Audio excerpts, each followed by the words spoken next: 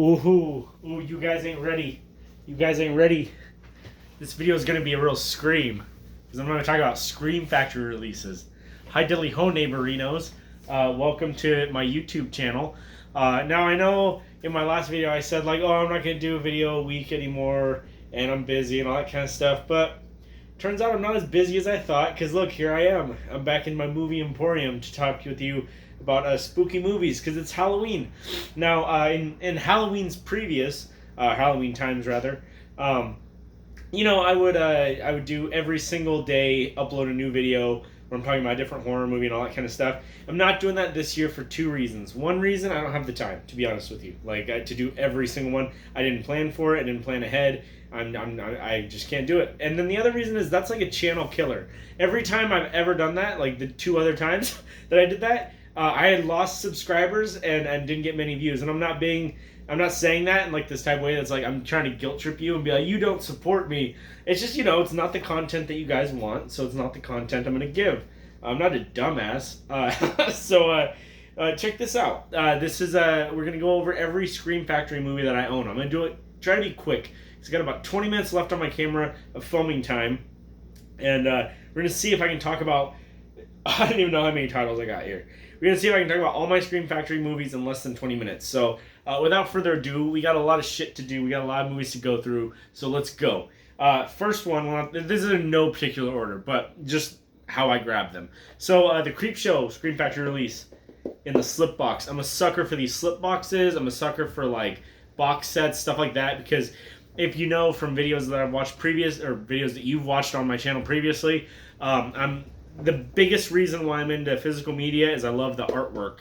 I'm a sucker for artwork and packaging, and that's why I love, one of the number one reasons why I love physical media, just beyond like ownership of the film and not being worried like, oh, can I stream that anywhere? I like to just have it in my hands, and I like the package to look fucking good, and this package looks great. You got, it comes with a booklet about the movie, and you got the reversible cover art that I'm such a sucker for, so that's really, really cool. Great package, great video quality. This is probably one of my favorite Scream Factories that I own. It's a really good one. Okay, and then we got the Fly Collection. This box set is very, very nice. It does not come with the slipcover on the original Fly. I just had this original Fly slipcover from a previous release, and I decided to keep that slip while I put it into the onto the Scream Factory edition, because I didn't want to get rid of the slip. I really like the slip.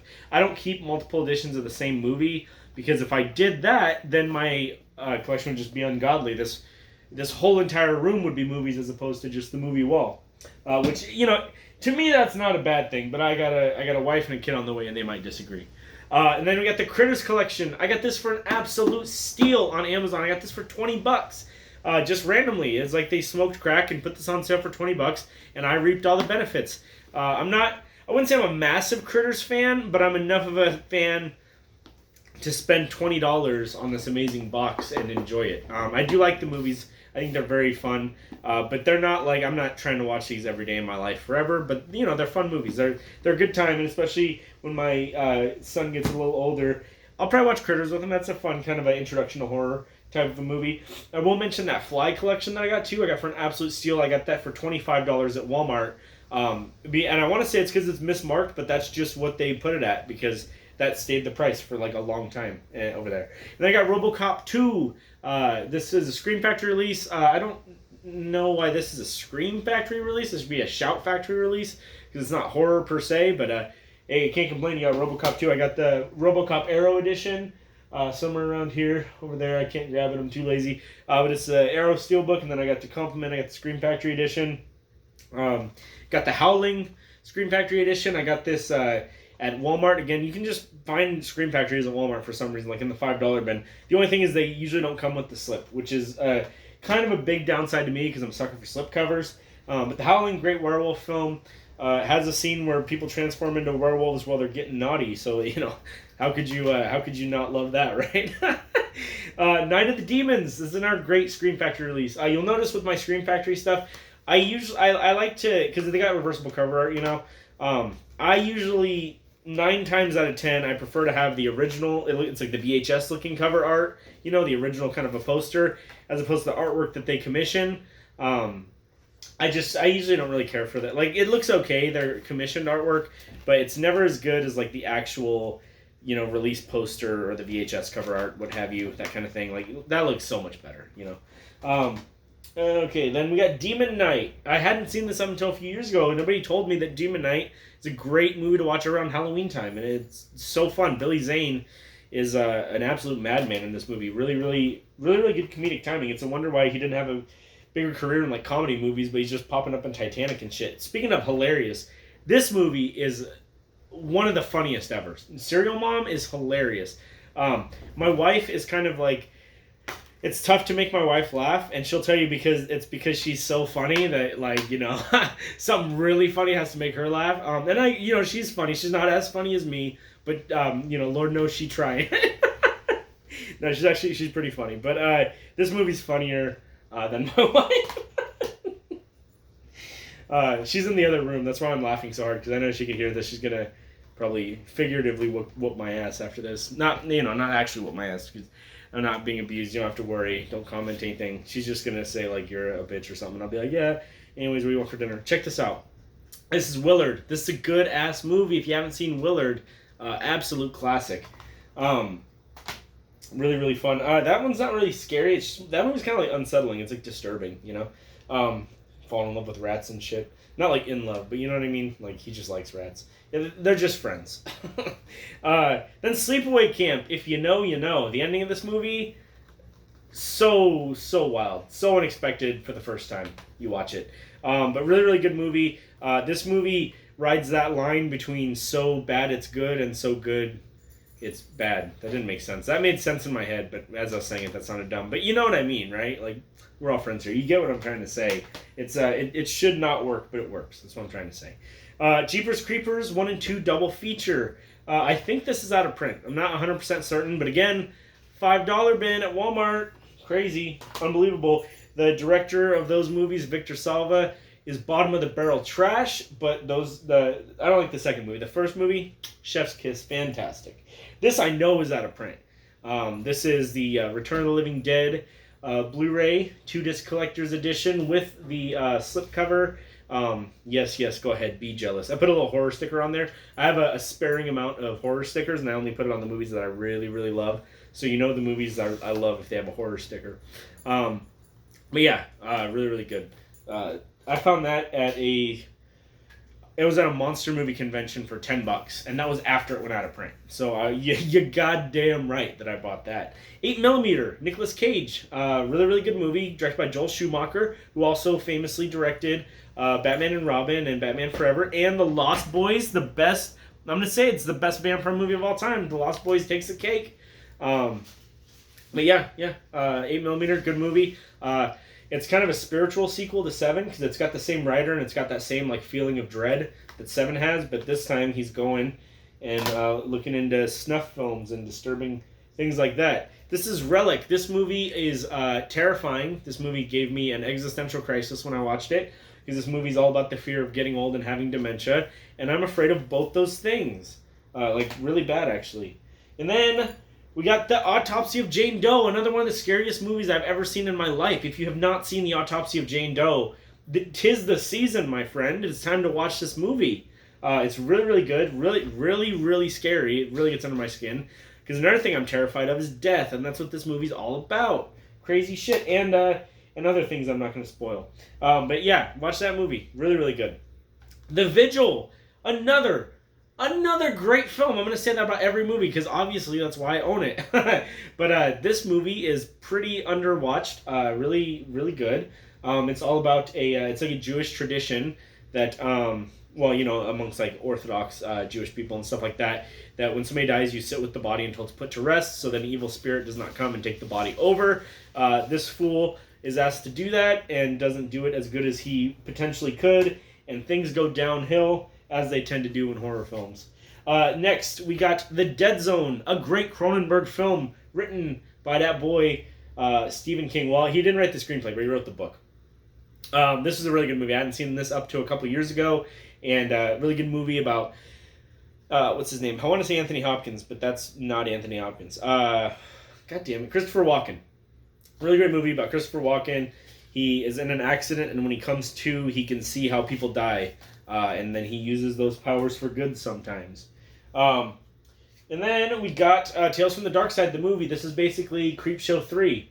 And it's got Debbie Harry as a witch, which is, I don't know, it's weird to see Blondie as a witch. But Debbie Harry's actually, she's in some good-ass movies. It's kind of weird. She's in this, and then she's in Videodrome, just in the most random shit that's always, like, pretty decent. She's got a good agent, I will say. But yeah, Tales from the Dark Side, it's basically Creepshow 3. It's got the same kind of crew that worked on Creepshow. The same vibe, anthology kind of stuff. Next, we got Misery, one of the best Stephen King films, and I got this for $7.99 at Walmart. They don't know what they're doing sometimes. And I put it in a red case. This is actually a, what's that called? HD DVD case. That I just scratched the HD DVD logo off, but I think it looks really cool with the way the cover art is and stuff like that. With movies I really like, I'll do shit like that too. There's a video from way back where I talk about making my own collector's editions. If you feel the need to dig through my channel, first, God bless your heart, and then secondly, you can find that. Silver Bullet, nice reversible cover art, really good werewolf film. Slight redirect to this film is that the werewolves their makeup isn't very good. Like they're kind of some dumb looking werewolves, but the movie itself and everything around it is great. Gary Busey's in this movie, and you can't go wrong when Gary Busey's in a movie because he's just gonna make that shit so wacky.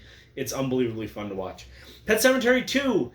I own it because I have to have all the Pet Sematary movies because Pet Sematary is my favorite movie of all time. Well, it's a two-way tie between that and Christine, but oh boy, Pet Sematary 2 it's from the same director, but it gets lost in the sauce, I'll tell you that. It does not know why the first one was great, because it has the hardest time replicating it, but it's a fun watch. Like, if this was just its own movie, I would say this is a great movie, but the fact that it's a sequel to the best movie of all time, and how little it cares that it, is a sequel, is kind of frustrating. But, next up, we got Pumpkinhead, the Steelbook Edition. It's a 4K scan, not a 4K disc, but 4K scanned as opposed to the other edition, which I think is like a 2K scan. It's all that nerdy shit for those of you who like that. But yeah, Pumpkinhead Steelbook, really, really good. I'm going to make a separate pile because I don't want this to fall. My Leaning Tower of Screen Factories, and then what will I do? Then we got Motel Hell, another Steelbook 4K scan. Really, really nice. I recently saw this movie. I saw it when I bought it. I just had to have that based off the cover art. And, you don't get much action with the pig and the chainsaw, but when you do, it is unforgettable. And this movie is, like, way more fun than it needs to be. My expectations were pretty low, to be honest with you. Because I was like, it's probably going to be stupid and cheesy. And it was, but, like, it's also a blast to watch. The Fog, which is one of the most underrated John Carpenter movies. John Carpenter has pretty much a flawless career if it wasn't for the 90s. The 90s really made his career less flawless. But before the 90s, everything this man did was great. And this is no exception. Another 4K scan Steelbook. Alright, next we got Dolls. This one's out of print. It ain't coming back in print, baby, but I got it. This is a Stuart Gordon film. Again, lots of fun. Really, really easy watch during Halloween.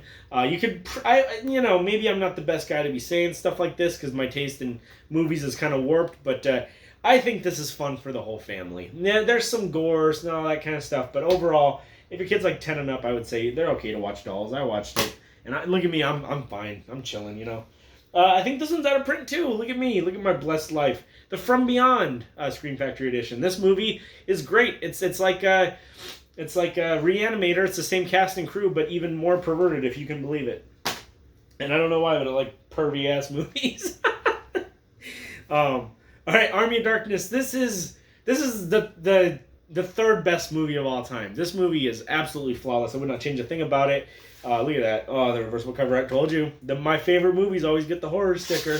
This is a great film. What more do you need to say? It's simply the best. You can't go wrong. You can watch Army of Darkness anytime, any day, and you're going to be okay. That's what I've always said. Candyman. Really, this movie gets under my skin. It really does. And the remake was no slouch either. Like, how you doing over there? Shit, that's a good movie. I was surprised. I really was. But the original, you can't beat it. The OG, classic. Really, really good movie. If you haven't seen Candyman, you owe it to yourself. Treat yourself and watch it. Then you got Nightbreed. This movie's insane. You have to see it to believe it. I don't even know where to begin with it. I went in thinking it was going to be like Hellraiser because it's Clive Barker movie, and I went out of that movie just thinking, whoa, what was that? But like in a good way. Like it starts one way, it ends another, and you're just like, after it's done, you're like, wait, how did we get here from here to there? I gotta watch it again, and that's the magic, baby. Rewatchability. And lots of spooky, scary cemeteries in that movie, which gives it that Halloween feel. They Live! Another one of the best of all time. Plain and simple. It's got one of the greatest fight scenes of all time. It's got one of my favorite alien designs of all time. I really thought about getting the 4K release of that, the 4K Scream Factory, but I have not yet. Body Bags. An underrated John Carpenter film. It's an anthology film. If you can't tell, I'm a sucker for anthology movies. I love that shit. And this one is almost as good as Creepshow, I would say. This movie's a lot of fun. And each vignette, if you want, it's a fancy word for short. Each one is directed by another like famous horror director. So like one's directed by John Carpenter, one's directed by Tobe Hooper, that kind of thing. So definitely worth a watch. And then oh my god, one of the best movies ever made. You got The Thing in this nice edition. I almost upgraded this to the 4K, but I'm just so satisfied with this that I don't think I'll ever get rid of it. I love the packaging. I love the cover art. I love the special features. I love the video quality. Like, this is one of the most flawless Scream Factory releases. It's a must-have, I think. I think if you're just getting into buying Scream Factories, that's probably the first one you should buy. Like, that one is really, really good. Another essential is Halloween 3. This is the most Halloween-feeling movie of all time. This movie makes me feel more Halloween-y than any of the Halloween films. And it's got a slip box, which is awesome. And it's got the reversible cover art, which is awesome. And the video quality is nothing short of spectacular. The only thing about this movie is once you've seen it once, you will never forget the Silver Shamrock song, and it'll be stuck in your head for like a month. Which it's not a terrible thing, but it's less than ideal, I would say. Then we got Slither. Slither is such a good movie directed by James Gunn. He also made the like Suicide Squad and the Guardians of the Galaxy movies, but this is when he was no holds barred. The studio wasn't going to tell him shit. He's just going to make the goriest movie he can and have a good time doing it, and I have a good time watching it. It's a lot of fun. It's a good kind of a gore fest movie. And then we're coming down to the last two. Then we got Alligator. Alligator's a great movie. Just recently saw this. I had never seen it when I bought this, but I love giant monster movies. I mean, clearly I've got a Godzilla tattoo. I'm a sucker for giant monsters, and this is a giant monster alligator. I almost call it a crocodile, but it's like dumbass. It's in the title. Yeah, if you're in the comments, what's the difference between a crocodile and an alligator? Bet you can't tell me, because I don't fucking know. But alligator's great. It's about they're feeding mutant puppies to an alligator in the sewer, and it gets big and it breaks through and it destroys the city. It's greatest of all time material right here. And then finally, last but definitely not least, we got The Green Inferno, the Eli Roth film. Now, if you watched the last video, you'll know that we love Eli Roth in this house. And this film is a prime example of why we love him. It's a good story with bad acting and great gore, and that's what you can expect Daddy Eli Roth to always provide to you. So that's my my full Scream Factory collection. Tell me what you think, guys. Could I have better taste? Do I have the best taste of all time? Only you can tell me, so I'll know. I rely on your guys' opinions. Also, sorry if there's wind in the background. We're right in the middle of a storm right now, which, what better than when I'm talking about spooky movies that have a scary storm outside. So, hopefully my camera didn't stop filming, and you have a good night. Party on Wayne. Drive safe. And I'm going to go ahead and turn the video off, and yeah. I hope it recorded it all. Oh, it did. Thank God. Bye.